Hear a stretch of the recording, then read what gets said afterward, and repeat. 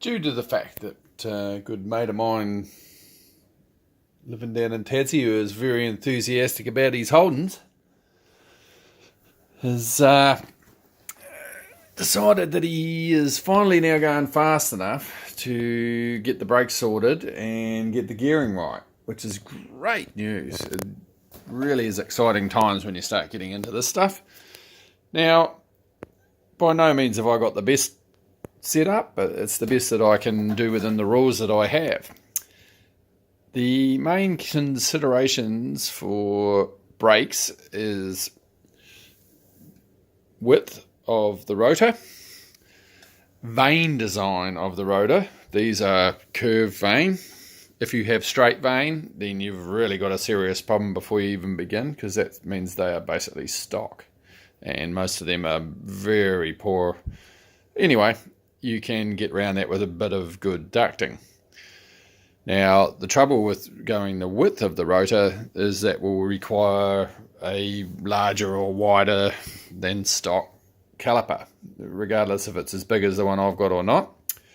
And the other factor is pad area. So the amount of pistons doesn't really matter. These are 6 piston, but certainly obviously the more pad area you have, the more friction you get. While rotor diameter also affects that, which is limited by the size of your wheel. Now, you absolutely must duct, regardless of the type of vane you have, you must duct as big a bit of tube in as you can. Now, with a standard Holden setup, I'll try and get you a bit of a look in here.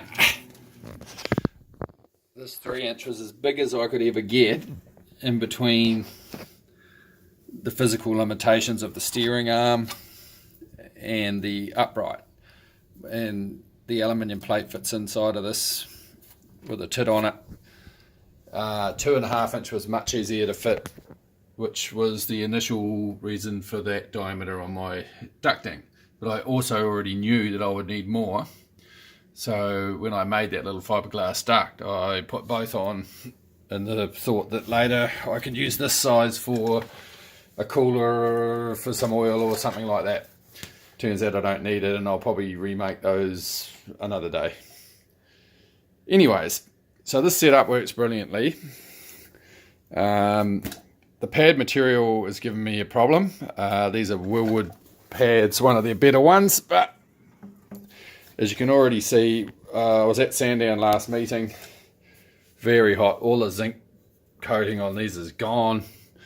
They really got hot on the big pull, which would be the same as the one at Simmons, where you come from flat out pretty much down to what would for me be the top of first gear hairpin. That's a big brake, so that's the one you've got to set up for. You can only dissipate that heat over a certain amount of time, but that's another story.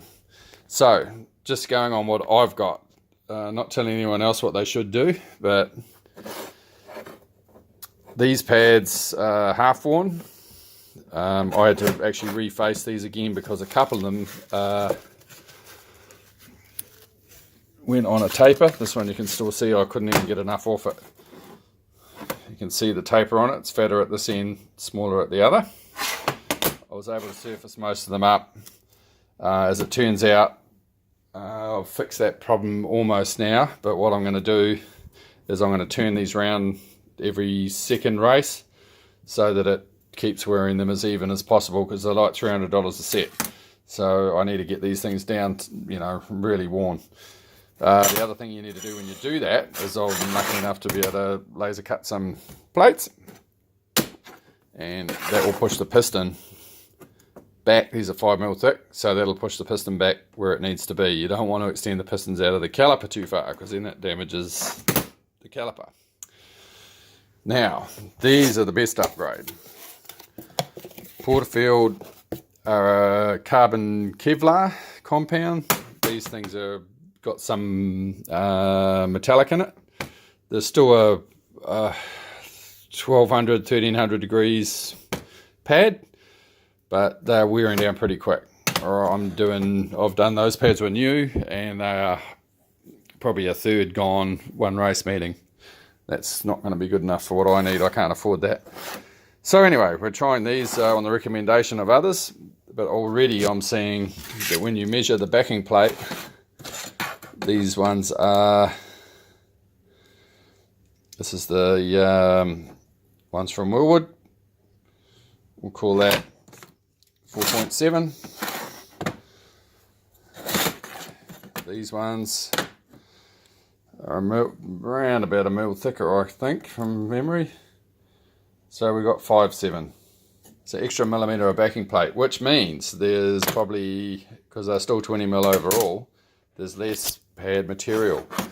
But again, from what I'm seeing and feeling underfoot, when you're really, really laying into these things, you can see the marks the pistons make on them. They're really doing some work. They're really getting hot. So that extra millimetre can be the difference between this working correctly or not.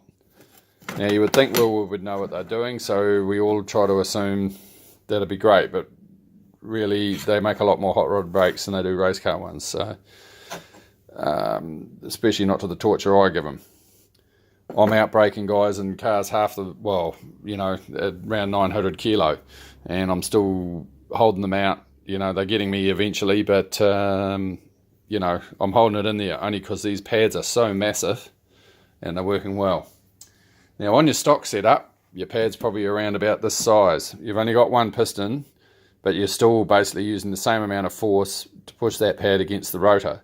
So your limiting factor is the heat. You're still making the friction that you need to, but you've got to get rid of that heat.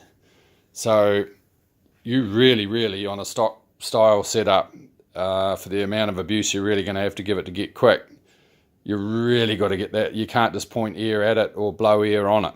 You have to duct air into that rotor, and these aren't even ideal. This is another Willwood idea. I'm not sure why it has these gaps here, because I'm blowing air into this. I mean, these vanes, these literally suck. They suck air because the vanes are curved, and so as soon as that starts turning, it's pulling air through it. But this is a leak as far as I'm concerned. I'm not sure why they're built like that, but again, that's an engineering limitation. These rotors are probably a third of the price of APs or anything like that. So I'm willing to sacrifice that for the cost of the rotors, just to give them a run. They seem pretty good. They haven't worn too badly. We've got a few lines in them now, but I've got about 8 thou wear. You're allowed to go to 60. So there's a good bit of life on those. But I don't want to kill it by using shit pads that have got too much metal in them. That is a real mistake. A lot of race pads that have metal in them, they chew your discs up. People know this. The other thing that you may or may not know is that the metal heats up and it kills the bonding compound. So those pads literally fall apart. I've had this before, and you don't notice it so bad when you've got a big standard modern caliper with a big pad like these. But on the old HRs, when we used to run those, they only have a pad about this size. And it just kills them. They just overheat and they literally crumble in your fingers because they've got too much metal in the pad material, and they eat your rotors alive. You're better to spend a little bit more money, go to a decent, even these have got metal, but these Kevlar, I'd say these Porterfield brakes will be the best. If I've got a style, I haven't run them yet, so I can't really endorse them, but just seeing what they're doing to other guys' cars, I straight away went, what are you running? And you can see just by the fleck what's in these without knowing the chemical compound is looking better already. So I'm really excited to see how these things perform. They look to be designed correctly. They've got a lot better features straight out of the box, so let's see how we go. But I just urge anyone who is trying to nurse a stock setup along, when you start really going quick, because when it lets go, they don't go gradually. They just fall apart. And really the ducting, if you can duct it really well like this is done, and it's still getting a bit of fade or not working correctly when you start going really fast, you've really got to bite the bullet. But It's okay. Most of the heater's in the front, so, you know, the back, you can do whatever you like. But, yeah, nursing a stock setup becomes expensive, I found. And eventually you just set all the rubber seals on fire and, you know, it becomes your limiting factor. And braking is where that's where your lap time comes from, not from your engine. So anyway, we'll put this up. Hope someone learned something or whatever. I'm really excited about these pads. I hope they go well. They were $2.90, which is cheaper than what I can get Woolworths in from the States now. So that's great. If they'll last, that'll be great. Anyways, leave it at that.